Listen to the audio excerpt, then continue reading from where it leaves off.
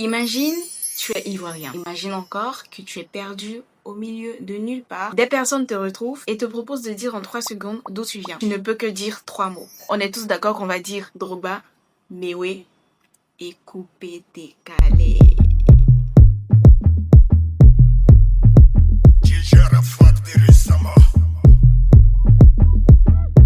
Alors vous aurez compris le thème, l'univers de cette vidéo. Le sujet du coupé décalé reviendra beaucoup. Je vous laisse avec la suite de la vidéo.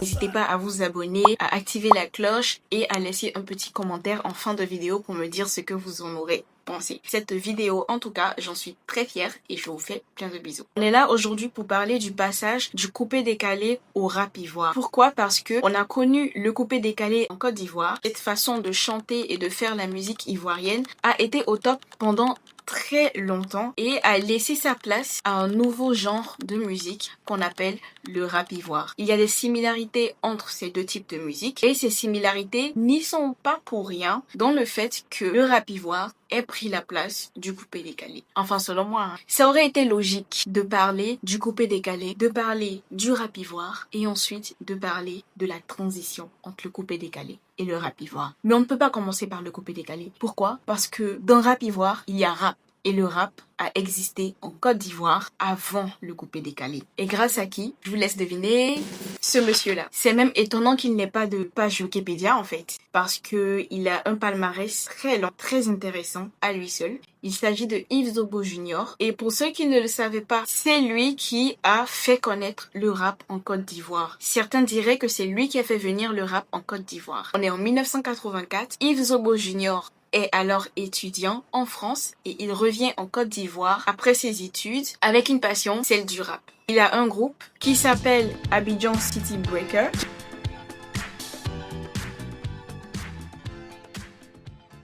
Il a formé avec certains de ses amis, Ziké, Chalama, Frankie et Pacom. Ils vont faire des chansons, ils vont faire des albums et ils vont faire connaître cette musique dans tout le pays, dans toute la Côte d'Ivoire. Tous les jeunes ne vont jurer que par eux, que par leur style. Ils vont porter des casquettes à l'envers. Les jeunes Ivoiriens vont aussi commencer à porter des casquettes à l'envers. Ils vont porter des joggings, des survêtements. Cette mode va commencer à conquérir la jeunesse ivoirienne. Pendant que Yves Zobo Junior et Abidjan City Breakers seront occupés à faire la promo de leur album, Yves Zobo Junior sera repéré et appelé par Roger Fulgence Cassi qui va lui proposer, au vu de ses talents dans l'animation et dans l'entretien de la foule, de participer à animer une rubrique de son émission Nangélé qui sera orientée rap. Cette rubrique va s'appeler le Zim Zim Flash et l'émission sera diffusée sur la RT. Dans cette émission, le but sera de faire connaître tous les petits groupes de rap, tous les rappeurs en herbe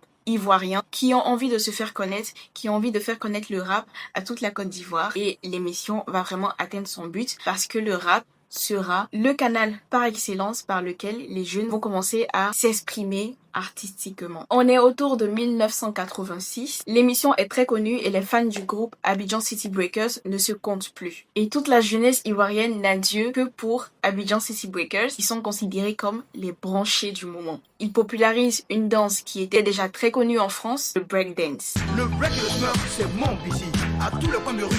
Le rap va suivre son petit bout de chemin en Côte d'Ivoire et en 1989, il commence à quitter un peu les milieux latés, les chocos de Cocody comme on dit, et à prendre un peu forme dans les milieux moins favorisés. Il se retrouve tout simplement dans les rues. Et donc du coup, sur des beats américains, des jeunes Ivoiriens commencent à décrire leur réalité, qui n'est pas forcément jolie. Il y a des groupes qui vont commencer à se former dans ce style-là, donc RAS, avec leur single Agnagnon, qui va faire vendre leur album. Ils réussissent à avoir près de 130 000 ventes, et ceci est considéré comme une révolution dans la musique ivoirienne. Il y a aussi Rap Kenny, avec Samara Klo, Koch B, avec Josai, un album qui caricature le quotidien des enfants dans les rues du plateau. On est donc dans une période où la Côte d'Ivoire vit quelques troubles politiques, sociopolitiques, et niveau musique, niveau art, la jeunesse et même toute la population va beaucoup plus vers de la musique qui va dire la vérité, qui va faire un peu de satire, dire des choses qui se passent dans le pays, dire des réalités par rapport au vécu de la population. Et c'est comme ça aussi que va naître et se propager, se populariser le zouglou, qui est un type de musique. Mais on n'est pas là pour parler de ça, on va en faire une autre vidéo. Dites-moi en commentaire si vous voulez qu'on en parle. Du coup, en plus de la popularisation du zouglou, le rap, lui, va continuer son brin de chemin, va être parfois très populaire, parfois moins populaire. Mais il y a un élément sur lequel j'aimerais revenir. L'album Josai est un album qui caricature le quotidien des enfants de la rue, comme je l'ai dit. Et cet album-là sera arrangé par, et ça me permet de faire la transition, Wampierre,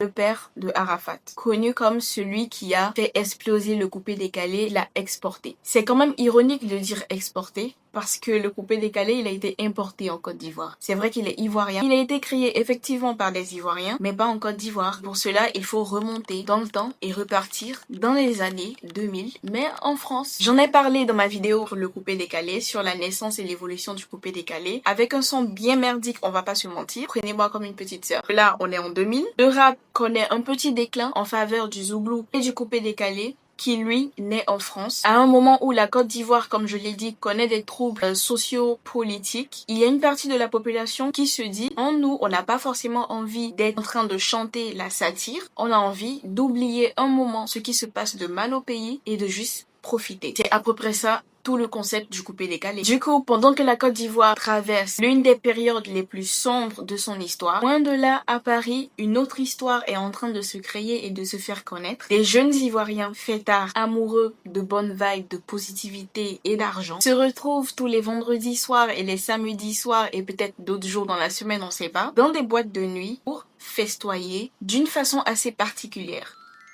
C'est-à-dire en travaillant. J'ai pas dit dans des bureaux, etc. C'est un terme qui est utilisé en Côte d'Ivoire pour parler du fait de mettre de l'argent sur une personne, que ce soit en soirée ou en cérémonie, etc., quel que soit le contexte. Ces jeunes-là ont commencé à faire la fête en faisant du travaillement dans les boîtes de Paris. Ils se sont fait connaître. Ils ont commencé à se faire inviter à de plus en plus de soirées. Et au cœur du mouvement, un groupe s'est fait connaître, c'est la Jet Set. Des jeunes habillés de luxe, entourés d'argent et de champagne, avec le leader, Doug Saga, qui avait dans ses mots, dans sa carrure, dans ses gestes, une façon de se présenter qui collait avec le concept du coupé-décalé. Payer des tournées de champagne, payer des tournées d'alcool, faire connaître son nom des jours après la soirée. C'est donc comme ça que ce concept-là va se créer et va se faire connaître. Le coupé, c'est-à-dire se débrouiller pour avoir de l'argent, et décaler, partir, changer de vie. Après, il y a certaines théories aussi qui parlent du fait de couper, parce que couper en Côte d'Ivoire, dire j'ai été coupé, c'est avoir été arnaqué. D'arnaquer des personnes et fuir juste après. Couper, décaler. C'est juste pour que vous ayez toutes les définitions qu'il peut y avoir dans le coupé décalé. Quand le coupé décalé arrive en Côte d'Ivoire, la jeunesse l'adopte totalement. C'est un souffle nouveau, c'est une bouffée d'air frais, c'est une vibe positive qui arrive dans un pays où le contexte, comme je l'ai dit, sociopolitique est lourd, n'est pas positif, n'est pas chargé d'espoir. Et on a envie de retrouver cet espoir ailleurs, dans la musique notamment, avec joie, insouciance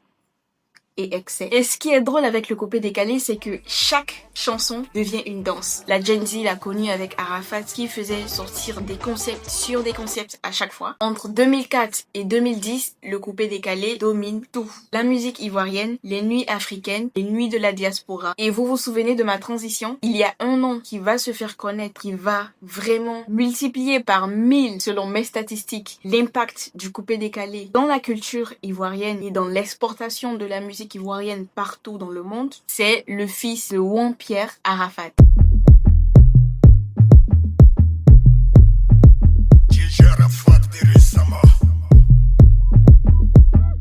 Je vais encore déranger tout le monde, ne prenez position, ne prenez pas tout le monde.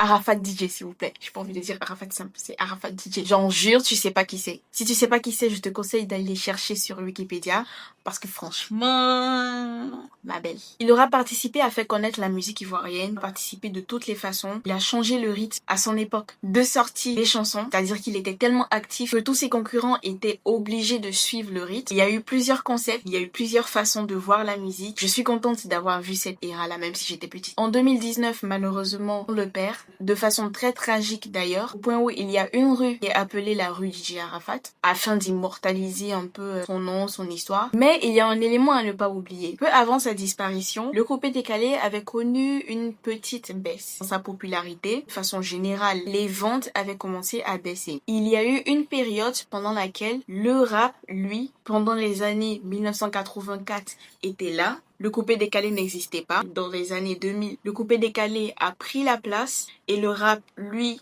a gardé une petite popularité. Et après, à un moment donné, le rap, lui aussi, a commencé à reprendre de la force. Et pour illustrer l'évolution du rap, on va s'intéresser à un groupe bien précis, Kif No Beat. En 2010, il y a un concours de rap qui est organisé, Faya Flow, et ce groupe se fait connaître puisqu'il le gagne. Ils deviennent de plus en plus l'idole de plusieurs jeunes, des collégiens, des lycéens et même des primériens, des personnes à l'université aussi. Ils vont faire un rap qui va être considéré comme du rap choco, c'est-à-dire du rap de Petit Latte, Cocody. Il y a un mouvement aussi qui va se créer, le mouvement des swag, qui va accompagner un peu la jeunesse pendant cette période-là. Et les personnes qui étaient beaucoup dans le fait d'être swag, de faire des shoots photos, etc., faisaient pour la plupart partie des fans de Kif No Beat. Après 2010, le groupe va beaucoup évoluer et donc ils vont se faire connaître et même faire des feats avec Arafat. Ça fait partie des moments marquants dans l'histoire ivoirienne où le rap va se frotter au coupé-décalé, mais totalement. Kif No Beat a fait des chansons rap sur des rythmiques coupé-décalé. Du coup, ça n'a pas été un dépaysement au niveau de cette chanson-là. On va connaître même avant qu'il ne disparaisse des chansons avec de la musicalité coupé-décalé,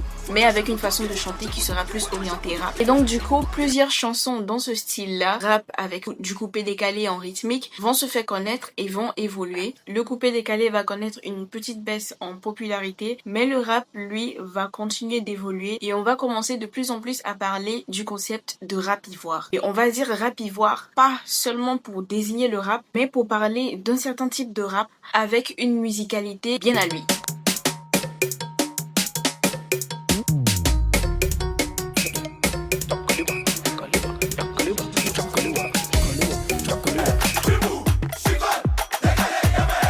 Mon devoir c'est de chanter, de voir sourire, de rendre heureux.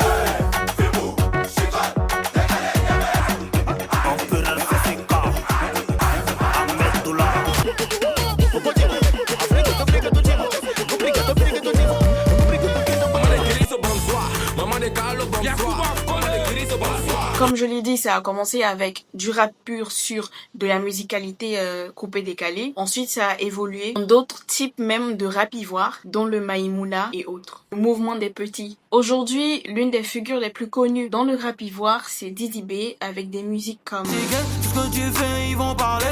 Ils sont là pour dénigrer, ils vont jamais t'encourager. Hey, ma petite en colère, elle dit bébé, je suis là, faut décoller. La petite de me voir sur le côté ambré.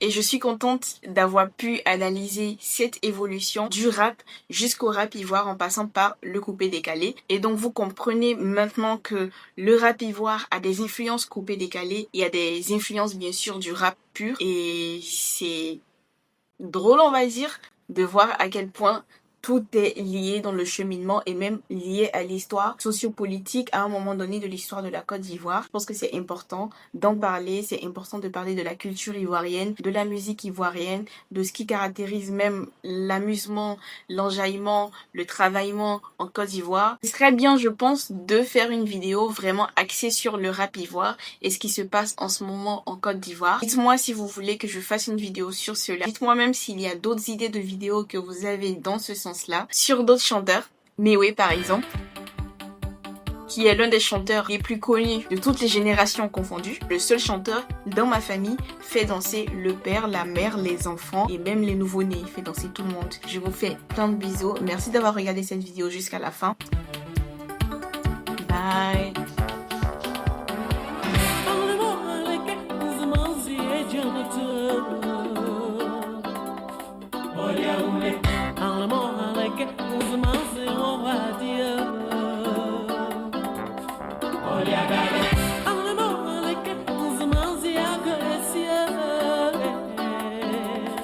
Olha lá,